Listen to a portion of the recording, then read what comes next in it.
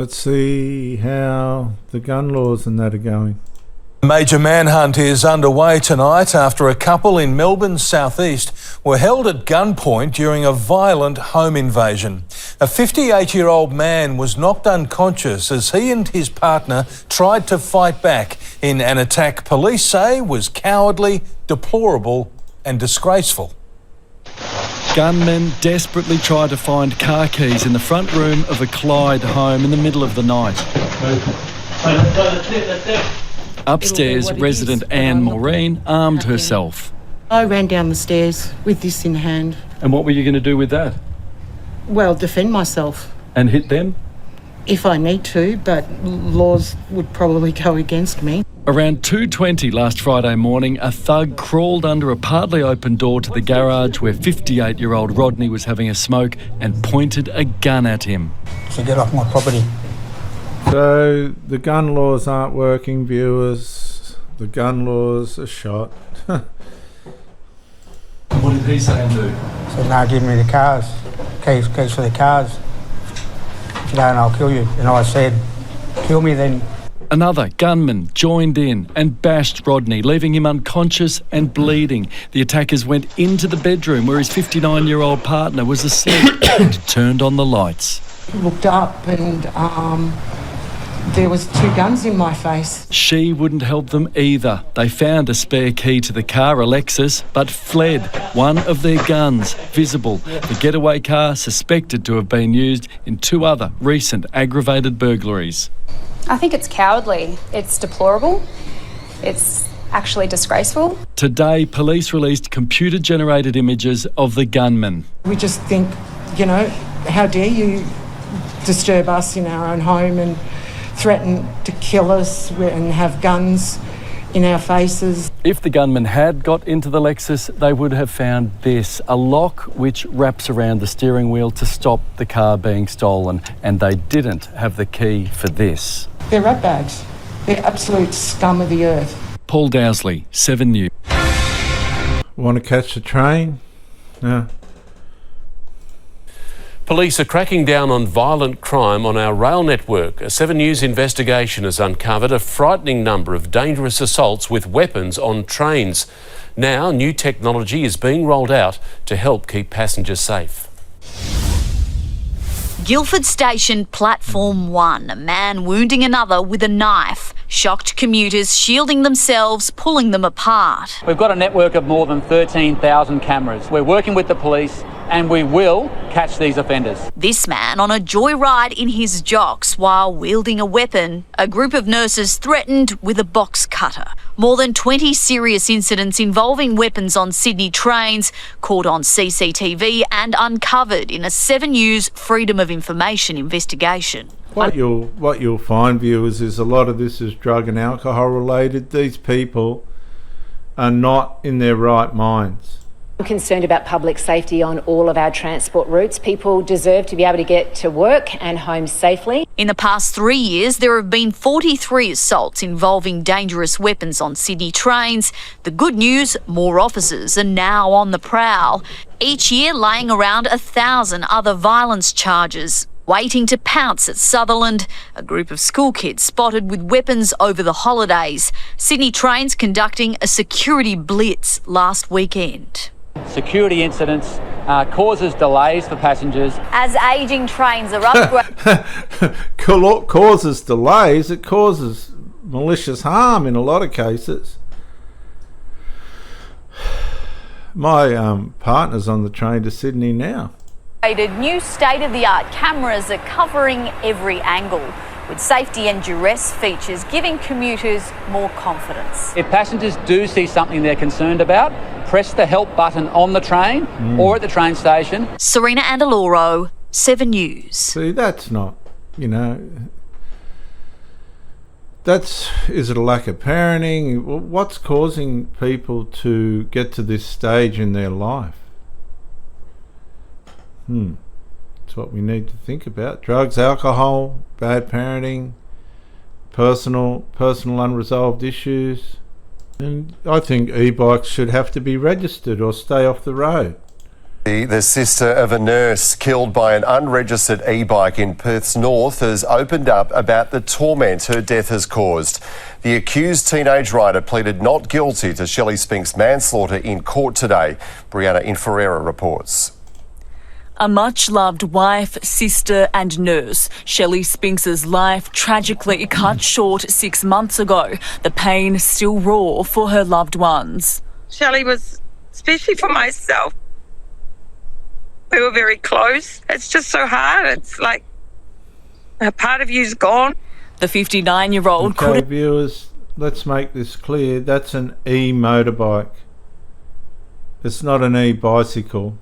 It's an e-motorbike, and they're very powerful. It's not an e-bicycle. It's an e-motorbike.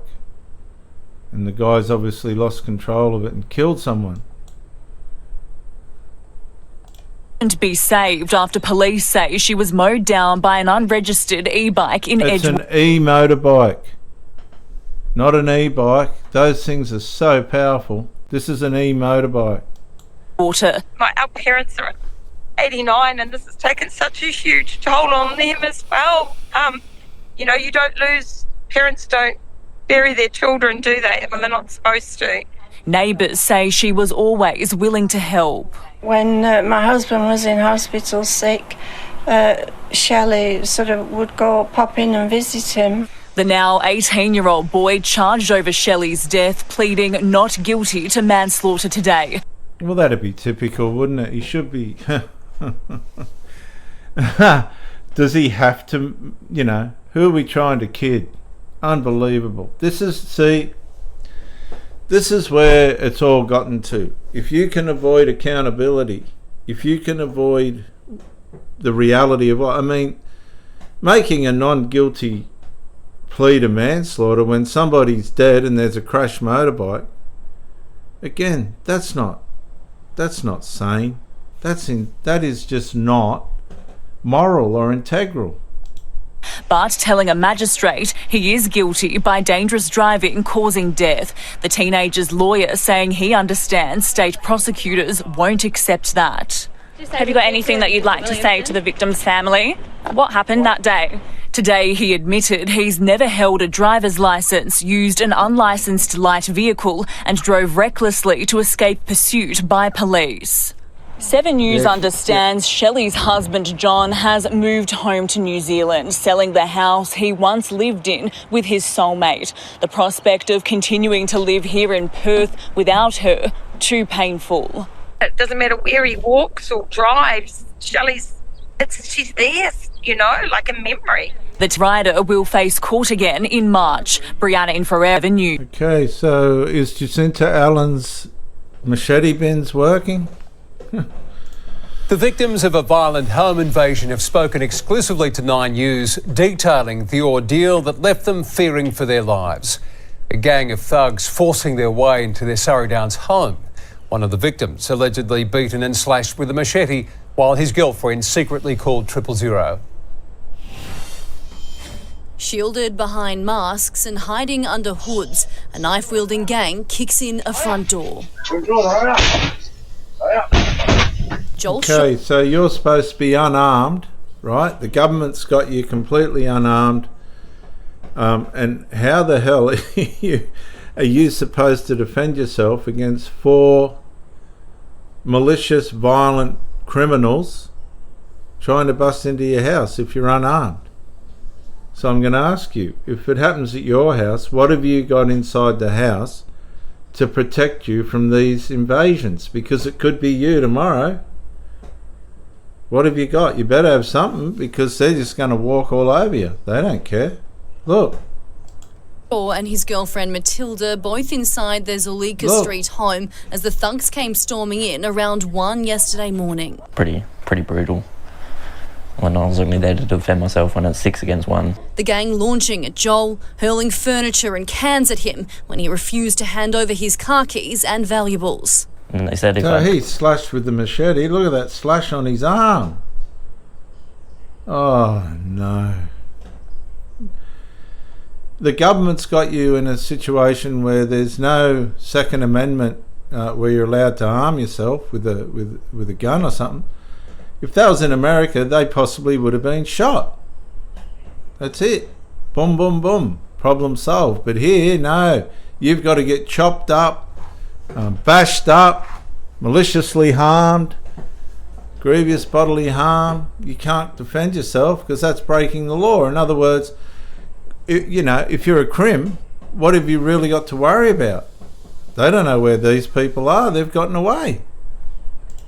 And they said if I'd contacted the police or anything, they'll come back and they'll kill me. The victim says he was struck in the arm with a machete as he tried to defend himself. So Jacinda Allen's machete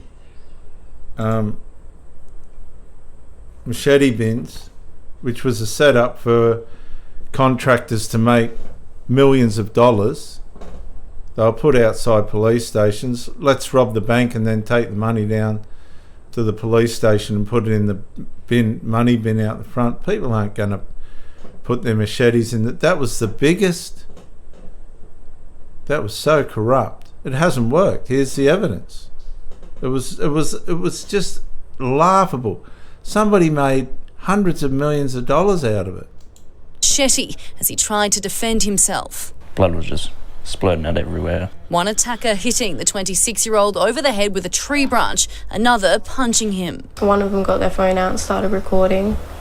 She was lucky she didn't get raped. Punching Joel in the face. I was fearing for my life. Hiding out in another room, Matilda secretly called 000 before her phone was ripped from her. The callous attack over in just 5 minutes. The group fleeing on Joel's motorbike with his Xbox and wallet. Now, could they have possibly known each other? Don't know.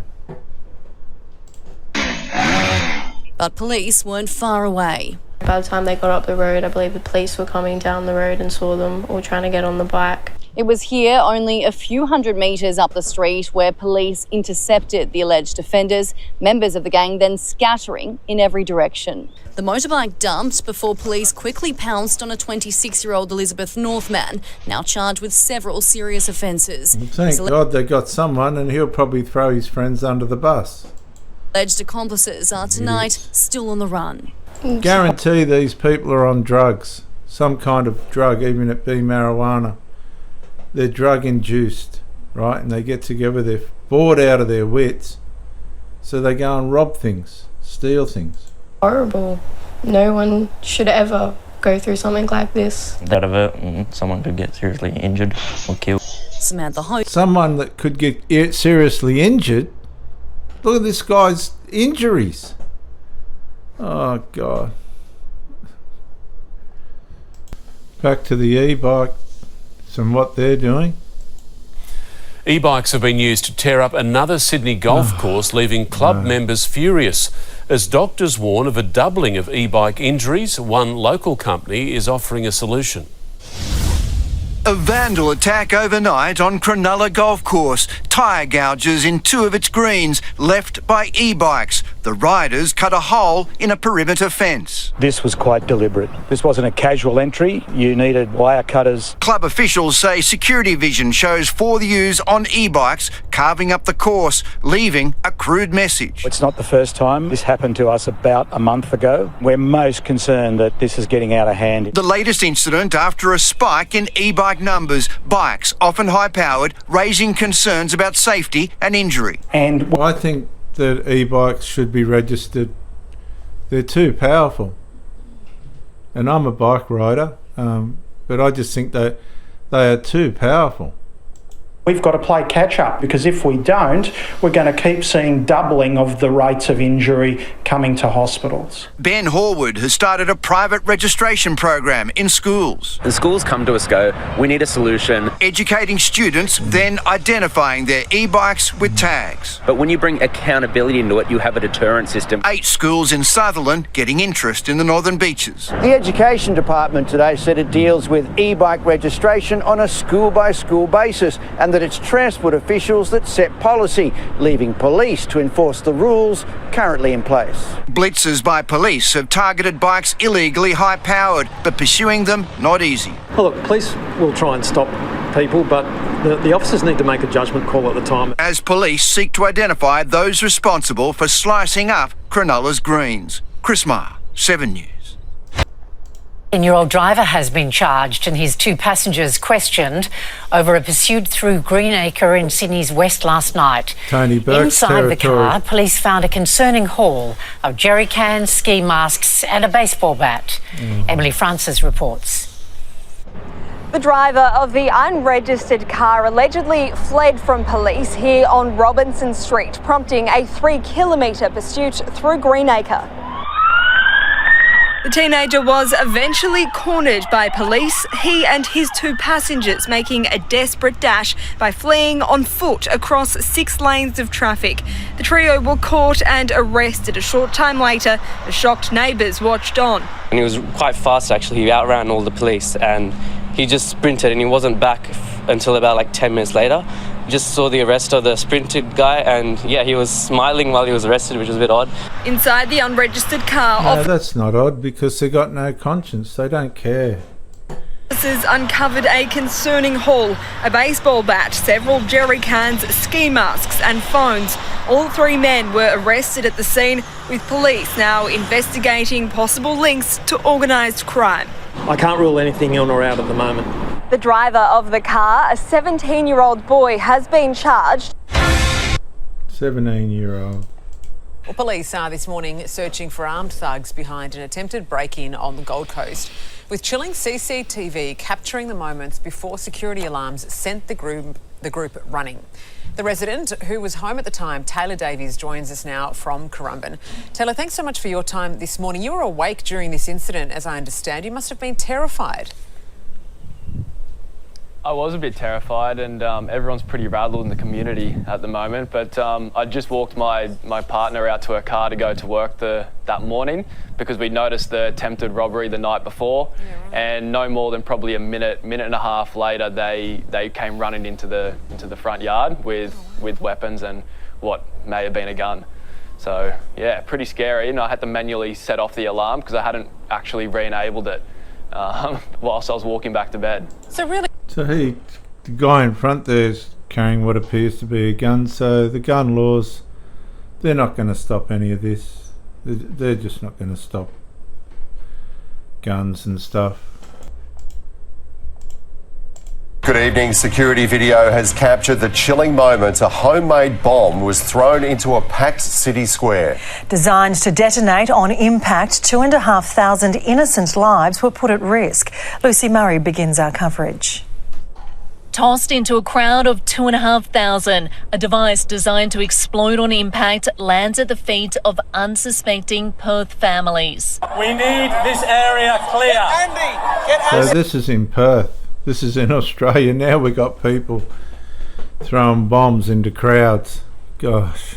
This is not a drill. Your safety is paramount to us. Do you know the government's lost control of the country? You know that, don't you? They've got no way of stopping machetes, guns, bombs, and all the rest of it. That is our primary concern. I think at the very least it would have seriously injured people, if not killed them. Dozens of police spilled into the square yesterday, pushing back the Invasion Day rally.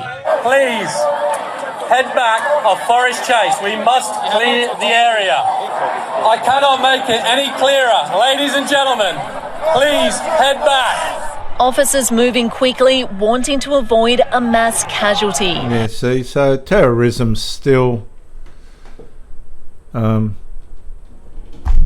business as usual, really. I mean, last Saturday in Sydney they had the pro-Palestinian protests screaming out global intifada and from the river to the sea. Nothing's been solved, nothing's been confronted. We're just going round in a circle again. Near the stage, police say they found this, allegedly a bomb. Rudimentary. And now we've got a bomb getting thrown into a crowd in Perth. Homemade, but incredibly dangerous. Thankfully, it failed to detonate. Well, there's the guy that threw it. A real intelligent sort of looking useful idiot. We understand there was an attempt to light a fuse, and that attempt either failed or the fuse fell out. Police arresting a 31-year-old man, they say attempting to flee the balcony overlooking Forest Place. Okay, so they got the guy. And not only that, if that thing had to hit someone in the head, oh, geez, viewers. 1-year-old's identity was suppressed by the court. His lawyer arguing his safety is at risk and he could become a target in prison. Oh, for goodness sake.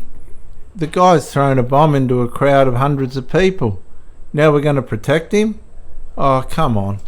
The man saluted the magistrate as he walked into court. He faces 2 extremely serious charges. Oh, yeah, you want to protect the identity of that guy? Everything's upside down, viewers. Making explosives under suspicious circumstances and endangering the life, health or safety of others. My view is that as a result of that, they should throw the book at him. 100%. I fully agree. This was an incident that is quite shocking. And quite shocking? It's terrorism. Charged with 2 serious offences, and I look forward to him being prosecuted to the full force of the law. Tonight, he's It's terrorism, viewers. It's not just an offence. It's out and out terrorism. behind bars. He'll be back before the court next month. Lucy Murray, 7 News. Good evening. We begin with a major security scare at the Royal Adelaide Hospital, where police say a stabbing suspect has tried to enter an ambulance armed with a knife. Okay, so again, how are you going to stop this? You can't. Straight to Hannah Ford, and Hannah, terrified paramedics have been caught up in the chaos. That's right, Will. The ambulance ramping bay here at the RAR is still an active crime scene tonight after the terrifying attack this afternoon. These exclusive pictures obtained by 7 News show the moment police swooped on the ambulance at the centre of the drama. It pulled up here with you've got a guy getting helped, taxpayers, free taxpayers' money, getting helped, right, in an ambulance. Well, and he pulls a knife apparently. Is this correct?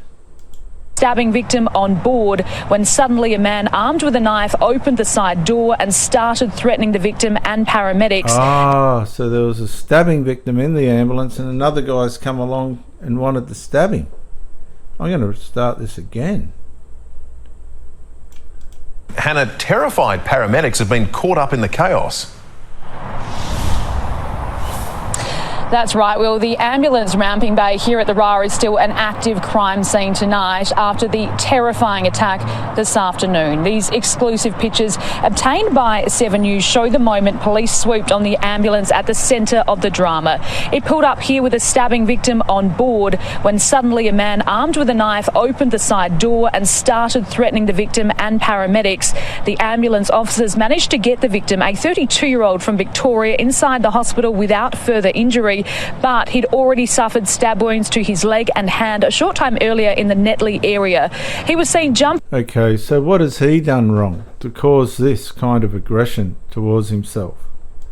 Fences along Marion Road, wearing nothing but shorts and pleading for help. He was treated by paramedics before being rushed to hospital, and it's believed that ambulance was followed by the suspect in this 2015 Porsche Macan.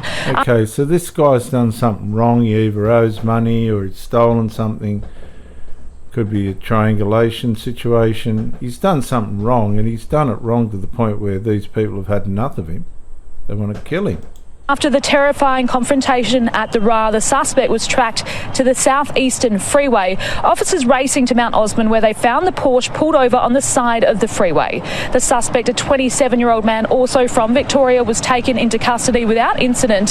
While police believe the men are known to each other, it's too early to say why they're here and what might have prompted this attack. The information that we've got is that both are from Victoria. What they're doing here will form part of the investigation for us to unpack and make sure that once we deal with them in the courts, that they can go back to where they came from. The suspect is right now being questioned by detective, and it's likely he'll face a string of charges, including assaulting a prescribed emergency worker, and police say there may be others involved and still at large. The victim is tonight being treated here at the Royal Adelaide Hospital, but I'm told his injuries are not life-threatening. So this is a case of some kind of conflict between two people or a group and one person who you can presume what you like, but he's done something wrong to him. I'll see you on the next one, viewers.